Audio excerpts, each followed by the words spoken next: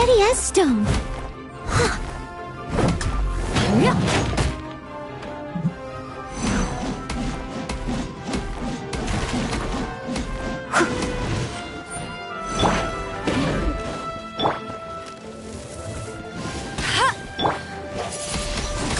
Wind blade! I'll catch up.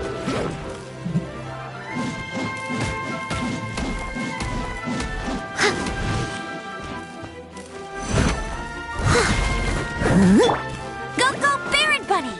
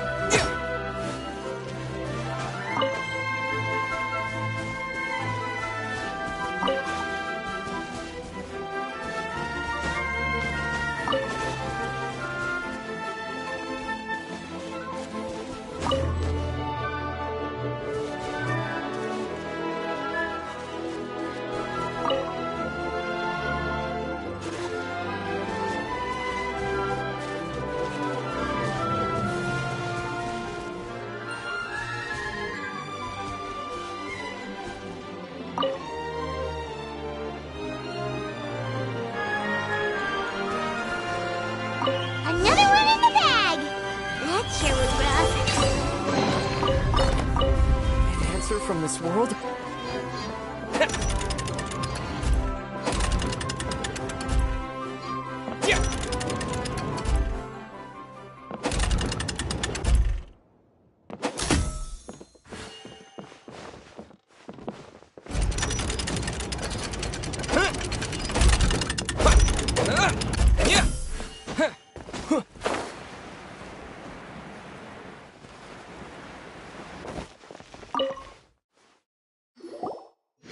How are you doing?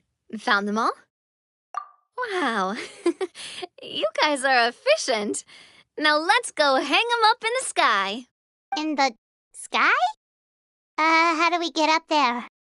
Oh, I got us covered.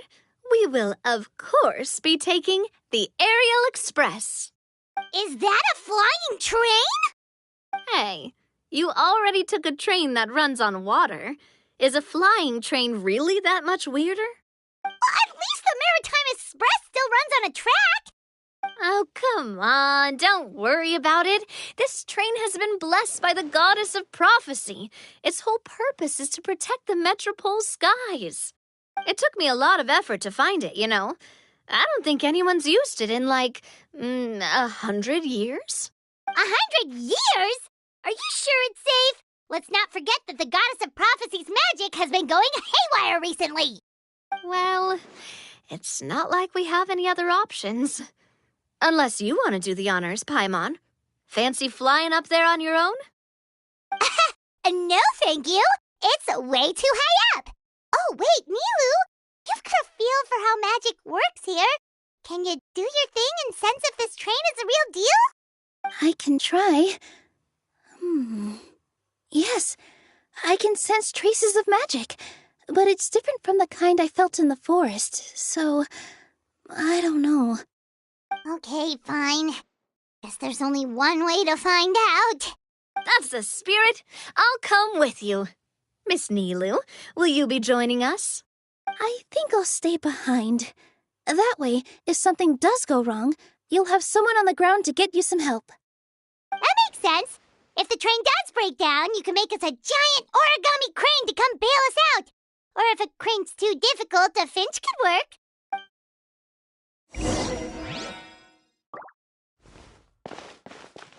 Best of luck!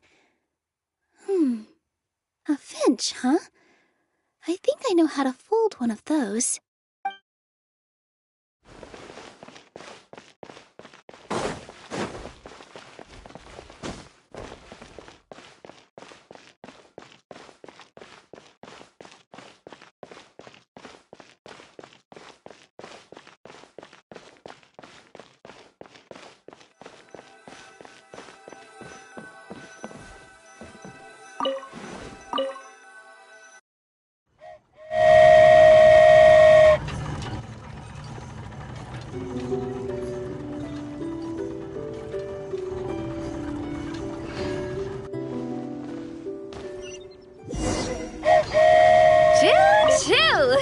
Aerial Express moving out. Whoa, it really is flying! What an amazing feeling. I've never been on a flying train before. Neither have we.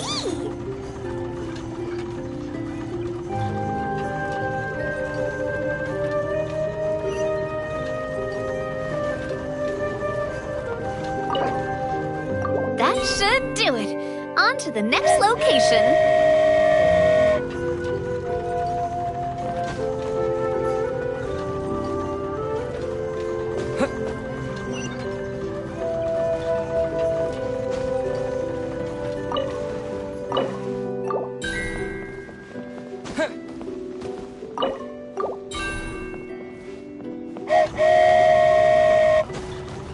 We are so high up. Don't look down. Don't look down. Oh, hang in there, Paimon. The hard part's nearly over. After that, it's downhill all the way. Don't say downhill all the way! That is the last thing Paimon wants to hear!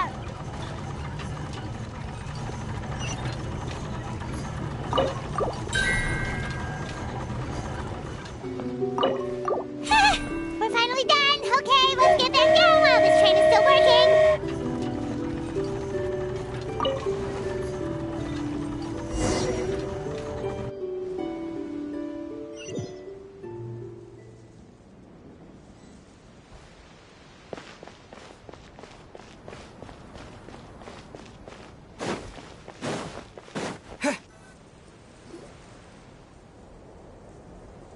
Great job!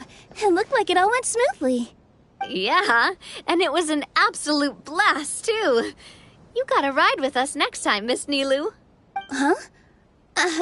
I'm okay. Thanks for... Halt! What do you think you're doing? Get out of my way! What's going on? Your Majesty, there! Let us through! Stay back! It's okay. Let them through. Tuh. Your Majesty, could we please ask you not to turn the gear that connects up to the sky? And why is that? As you have seen, the goddess's gift is very important to us. It keeps us from harm and protects our very lives. Some of us, we just aren't ready to lose that protection. I see. I understand. Your Majesty, do you mean... I won't turn that gear. Not until you're ready. What? I've said before that the Metropole belongs to the people, and they should have the right to decide its future. But let me ask you this. How do you plan to solve the issues we are currently facing? Well, we'll start by rescuing the people that have gotten stuck. And then we'll find a way to figure out the true cause of this crisis. And have you made any headway on that? The true cause, I mean. Unfortunately not. Hey, you little... I'm sorry, my friend, but it's the truth. You have friends and family that have been affected, don't you? That have gotten stuck? Duh. I understand your concerns. But if we let this drag on for much longer, the situation may well get worse. More and more people will be frozen by the goddess's magic. Yes, but if we turn that gear now, all the tracks in this city will disappear. I know this is a hard decision to make.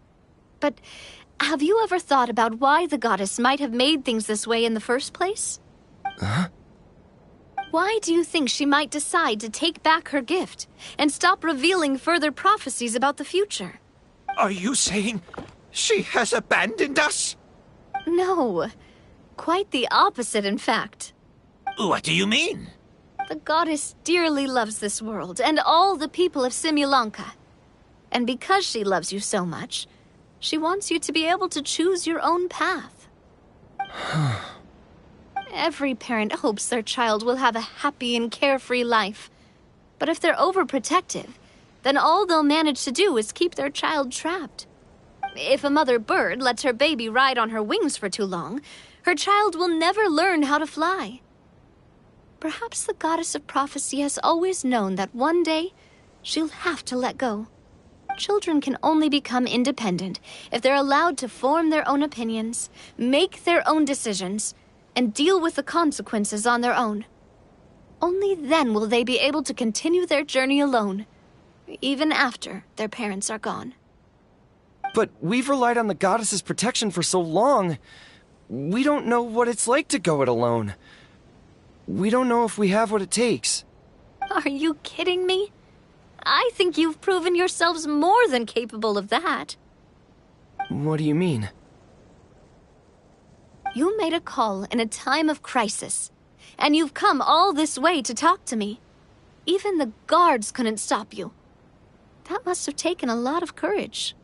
But we only did it because we were scared. Why you set out on the journey doesn't matter. What matters is that you've proven you can choose your own path. My friend, I fear our king is right. It is time for us to face our fears. What? But we... We can't go on living like this. Living in fear. Look at what it's driven you to do. You threw away a star personally created by the goddess of prophecy herself. You once revered her more than any of us. And I think the king is right. She hasn't abandoned us. So, why don't we put our trust in her one more time? I don't care anymore. Do what you want. Aw, he laughed. I'm sorry about my friend. That's just how he is. Always had a terrible temper. Please accept my apology for his impudent behavior. Is it just me, or has he accepted the goddess's prophecy? I think so. Not that you'll ever hear him admit it out loud. Your Majesty, please turn the gear that connects up to the sky. So, you've made up your mind? About giving up the goddess's gift? Yes, I've made up my mind. But maybe losing the gift isn't what this is about anymore. Because we've gained something too. You have given us courage. Well said. I am proud of your decision. Now, gather around, everyone, and join me as we make the night sky of this wonderful city turn once more.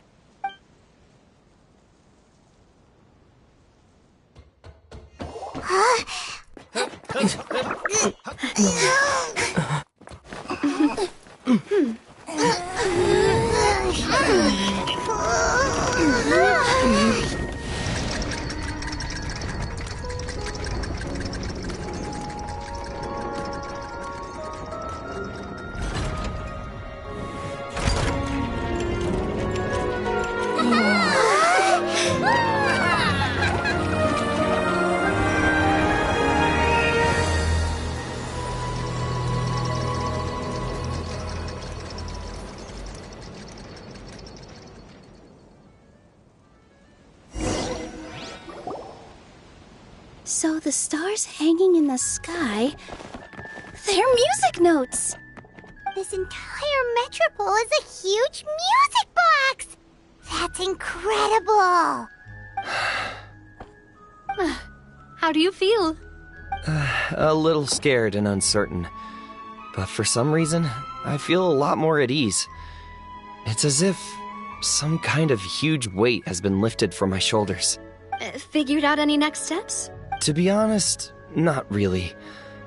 But maybe I can start by having a heart-to-heart with that stubborn friend of mine. I have an idea. If you don't know what to do, why don't you start by helping the people around you? You mean the people who got stuck because of the goddess's magic? I mean anyone and everyone who needs your help. By helping others, you'll eventually find your own path.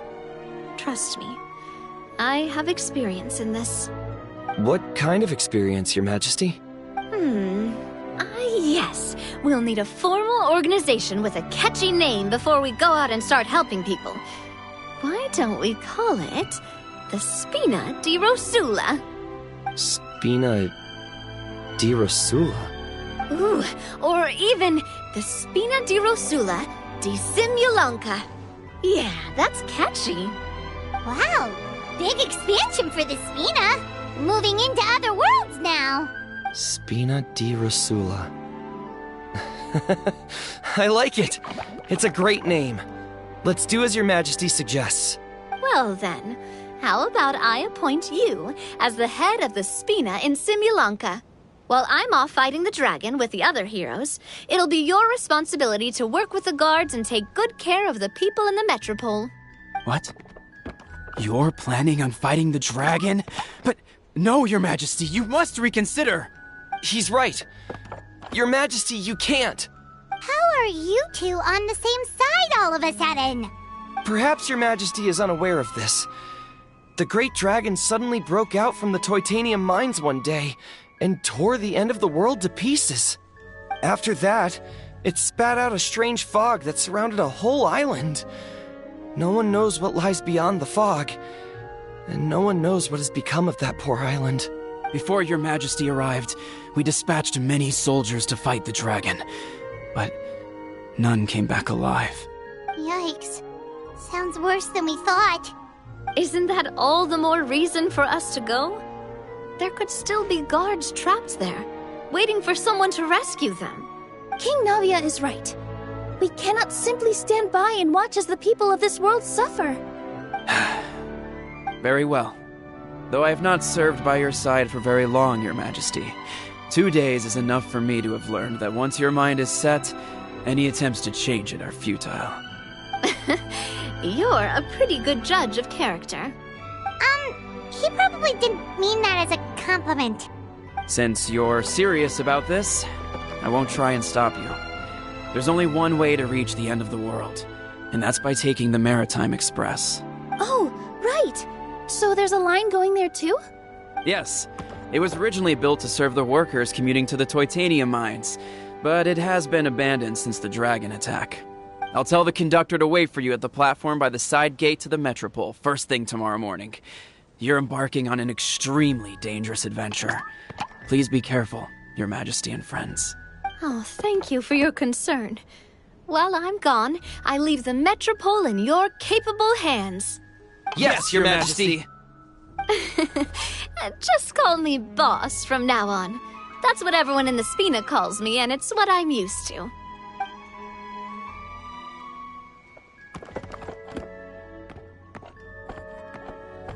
So, the plan for tomorrow is journey across the ocean, make it to the end of the world, and defeat a dragon. Whew, that's an adventure and a half. Do all storybook heroes have to work this hard?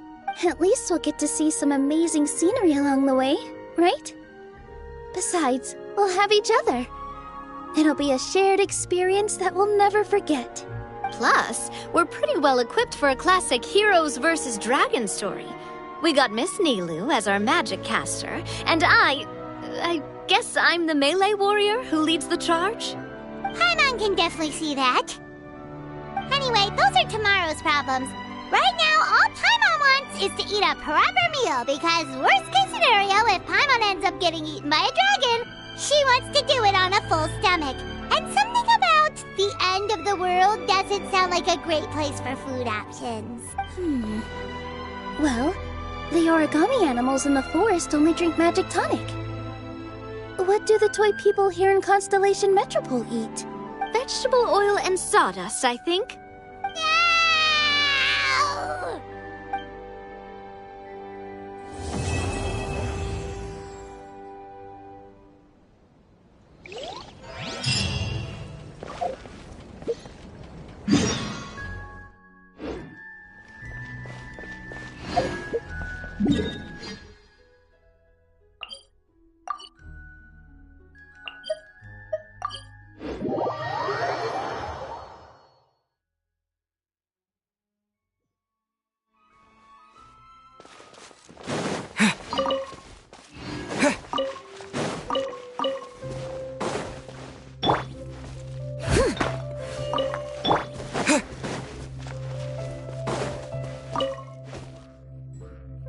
So, are you all set? Ready to start investigating?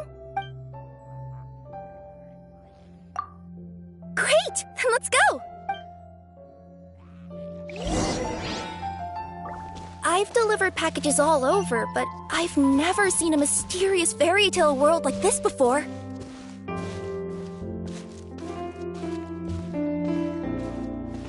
Looks like nobody has gotten around to repairing this house yet.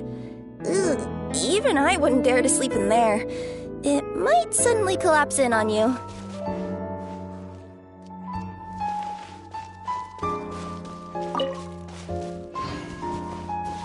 Nothing to see here either. Maybe we can find someone to ask? Aha! Over there! I bet we'll find some people there. Let's go take a look. You want to check out the area over there? Okay, I'll wait here for you.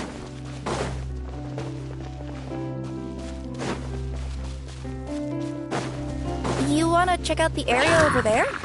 Okay, I'll wait here for you.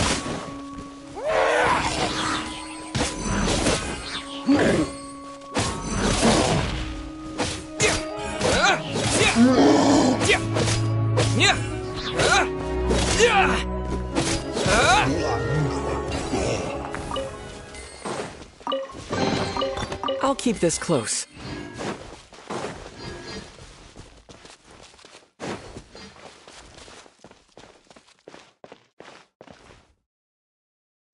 Uh-huh. I was sure there'd be people here. There once was a goddess who ruled over fate. Before she died, she left 3 riddles for the kingdom she had created. What? Who said that? Long story short, on this day, a sentient feline, an outlander, and a diminutive pixie arrived on the scene. They saw a narrow path off to the side. Okay, but which side? Yeah, if you gave ambiguous instructions like that to a Comania Express courier, they'd give you the parcel right back and tell you to write the delivery address more clearly. Despite how obvious the answer was, the perplexed pixie and the flummoxed feline struggled to work it out. Although, perhaps a small part of the blame could be attributed to my dull narration. All right, let's try this again. The path on the left-hand side seemed to give off an enticing fragrance, as if to say, this is the way to wealth and glory. Ooh, that sounds like the start of a good story. Then what? Then what?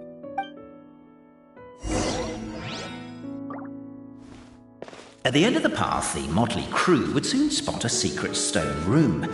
A prophecy had once foretold of a Marquis who shall one day venture inside, and thus it is named the Future Marquis's Abode to Be. You like it? The Future Marquis's Abode to Be? Got a nice ring to it, doesn't it? That was a little bit boastful. But before you continue, I must warn you of the danger that lies ahead. For example, under no circumstances should you sit on the chair in the center. Otherwise, the consequences could be a bit embarrassing.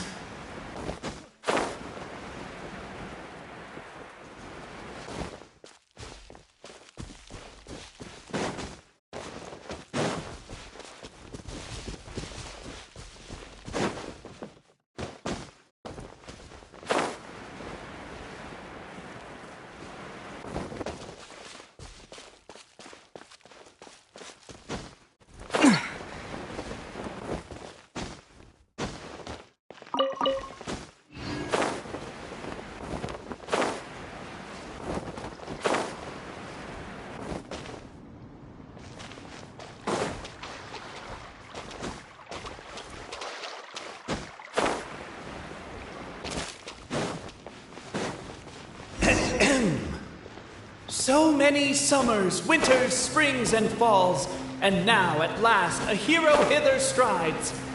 Israel knows not.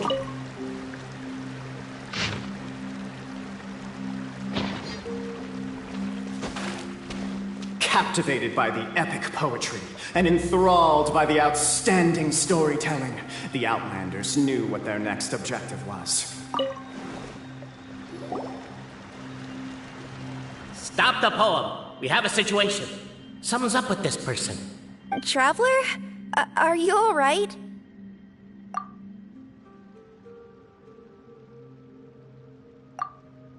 Come on, you can do it! This can't be how our story ends!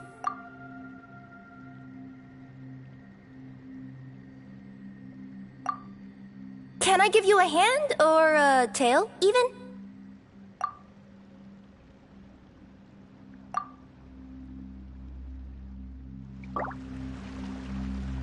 Namely, to remove the clockwork key from the raised platform up ahead. Cabe, I just realized you said we all had to speak like bards, but every time you open up your mouth, I don't hear any rhymes. Yeah, I noticed that too. It's one standard for us and another for you. That's not fair, Cape. With wood and earthenware strewn all around, the demon feline's fury.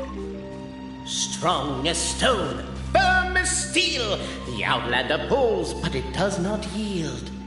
This has happened many times before, but this time is different. A thought enters the Outlander's mind. Attack! Attack!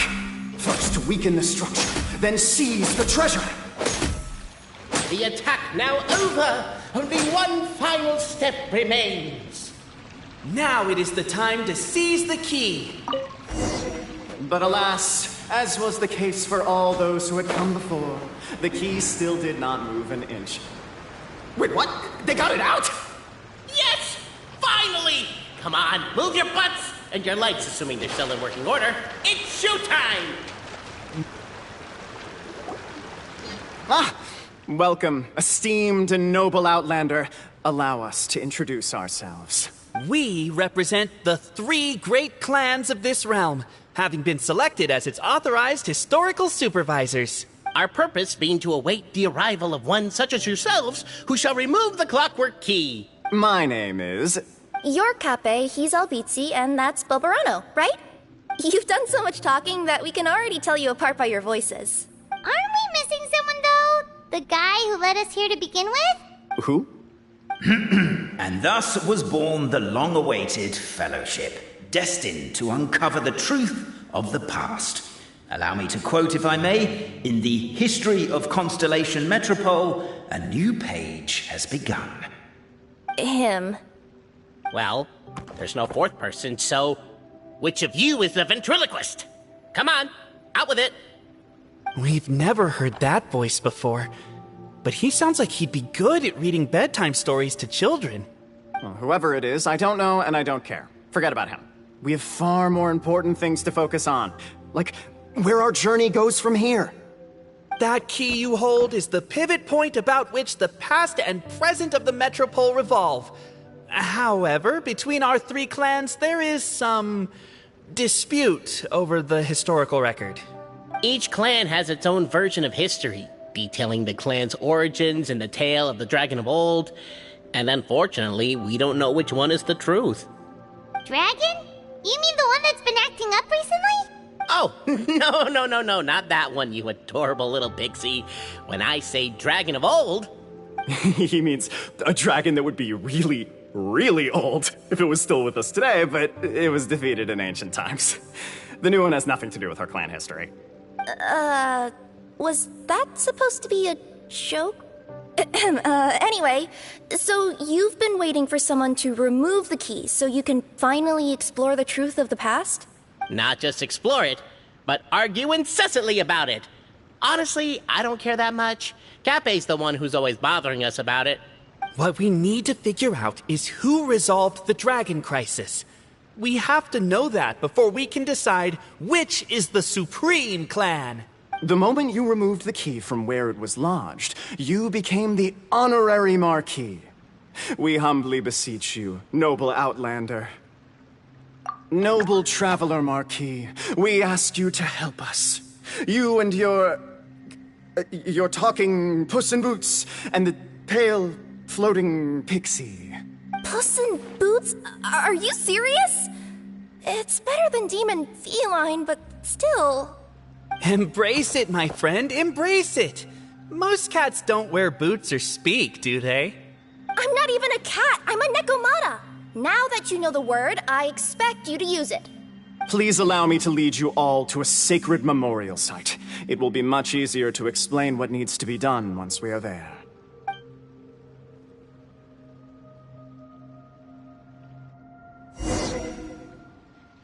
This place is sacred to my clan. It's where our brave forefathers once took up arms against the dragon of old.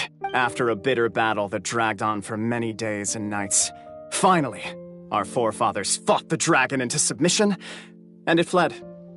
They took turns, though. Some forefathers worked the day shift, while others worked the night shift. So they say. It's just a legend, though. Wait a second? Did I just hear you admit that your clan's history is just a legend? History, legend, who cares? My clan was definitely courageous, that's the point. That's the truth. And isn't the truth what we've all been arguing about non-stop for all these years? Capet's words gave the traveler food for thought. Could it be that the truth in a fictional world is equivalent to fiction in the real world? But that would have to wait. Apparently, Capet was not alone in his pilgrimage to this sacred site. Unwanted company had arrived. The traveler and the talking cat, Nekomata, decided to teach them some manners.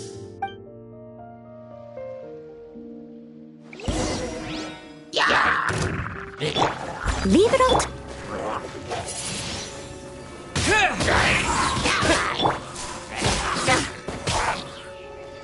Coming through. Wow. A true display of heroism and valor. It was as if the spirits of my ancestors were fighting through me. Here's a thought. Could be wrong, but maybe the Traveler Marquis is a lot more powerful than your ancestors. Well, technically, by saying that, aren't you implicitly acknowledging that your martial prowess and show of courage are a more vivid reenactment of my ancestors' feats that suit the modern aesthetic.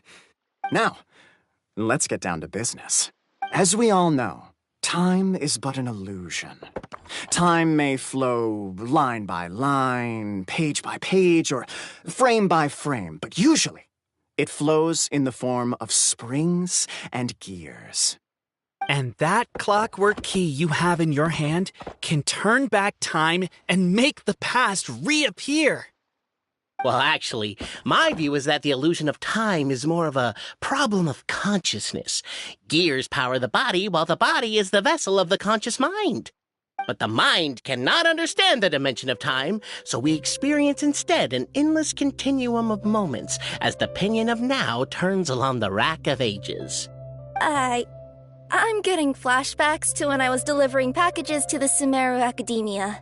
A teacher once asked Albizzi what his greatest fear was, and he replied, dragons. Boberano was asked the same question. He replied, time, and repeated the argument we just heard. The teacher then turned to Capet and posed the same question. He replied, Boberano. The manuscript that tells the truth of the historical record, the blueprint to all of creation, the work of the great mage themselves. It can be found at the beginning of the gear rack, and on the very first page of the book. Paimon didn't follow all that, but basically, you're just saying that we need to put the key in and turn it all the way back? Exactly. It is said that in the beginning, the goddess of creation took the goddess of fate's manuscript as a blueprint, placed it under the goddess of prophecy's starry realm, and generated the world from a few magic arrays. So in a few moments, when the great clockwork key turns the local time here back to the very beginning, we will restore the magic arrays back to their original configurations. Hold hold on. Isn't stealing part of the blueprint of creation a little dangerous? Also, how are we supposed to know the original configurations of the magic arrays? Well, the general shapes of the configurations have been passed down over the ages. They now form the family crests of each of our clans. So you'll just need to reference my family crest and join the dots accordingly. To address your other concern, when the house has already been built, do you really think that taking away the construction crew and blueprint will cause it to collapse? The Traveller Marquis prepares to insert the great clockwork key into the nearby keyhole.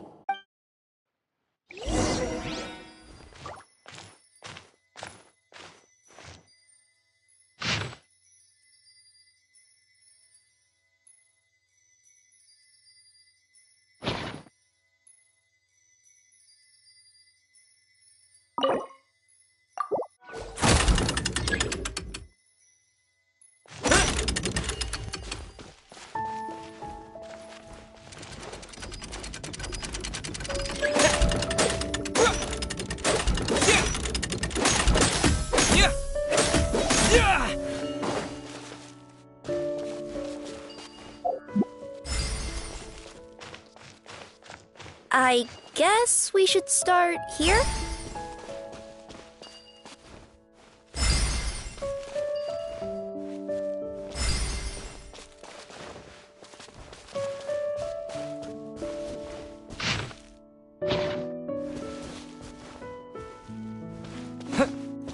Why don't you give it another try?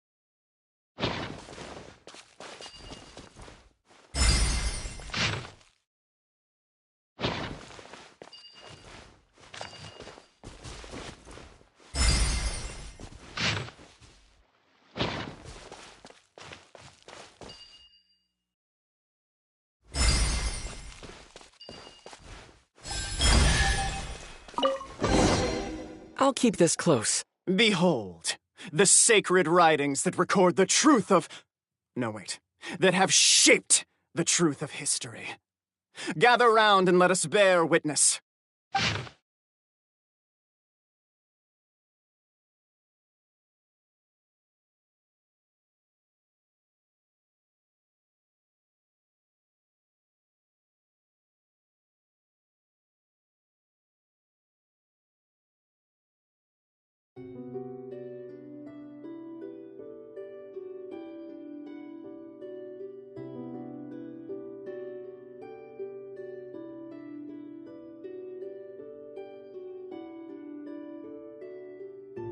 Feast your eyes, rejoice, and cheer, for this is the unquestionable truth. Look at the signature. Nobody is capable of forging that. I don't believe it. So, all along, our histories have been false? Don't lose heart, Albizzi. It does not follow from his is true that ours are false. That might be the most bogus logic I've ever heard.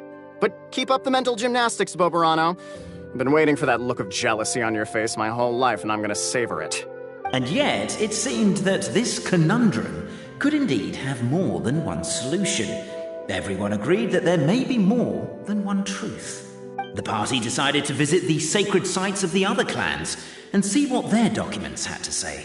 Isn't a narrator supposed to remain detached and objective? It feels like you're forcing a narrative agenda on us here. Well, whatever. I'm in a good mood. Let's do it. The instructions say to repeat the process 3 times, and besides, I'm looking forward to watching you both be sorely disappointed. Let's do my clan next. I'll lead the way. We'll need the key again, right? Let me see if I can pull it out. Yoink!